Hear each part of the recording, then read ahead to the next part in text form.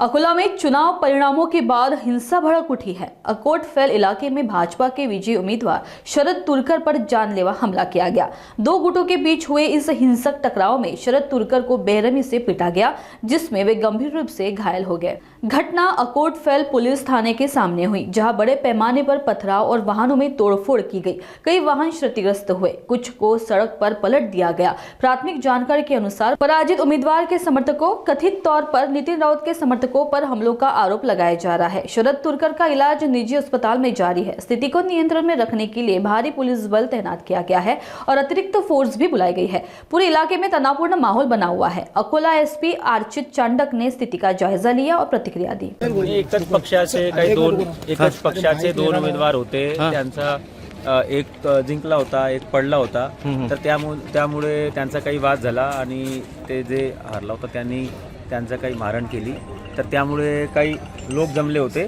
त्याचा आता इथे ते दोन एकच पक्षाचे आहे, एक दोन ते मित्रच आहे आणि एक जिंकला एक हारला, त्यामुळे त्यांचा काही वाद झाला।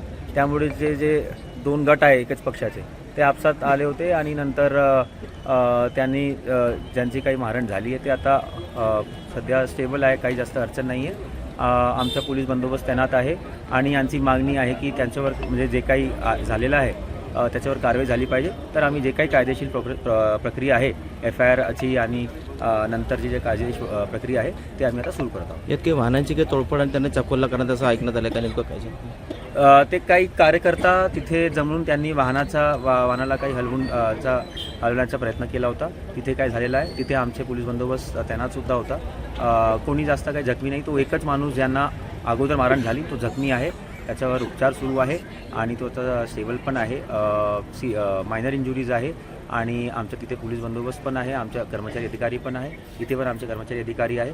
आता आम्ही पुढची प्रोसेस करत आहे। लोकांना विनंती आहे की काही अफवावर विश्वास ठेवायचा नाही आहे आणि ज्यांचा जे काही मतभेद असतील किमान काही त्यांना कंप्लेंट तक्रार द्यायची आहे तर ते PS ला पोलीस स्टेशनला येऊन तक्रार देऊ शकतात।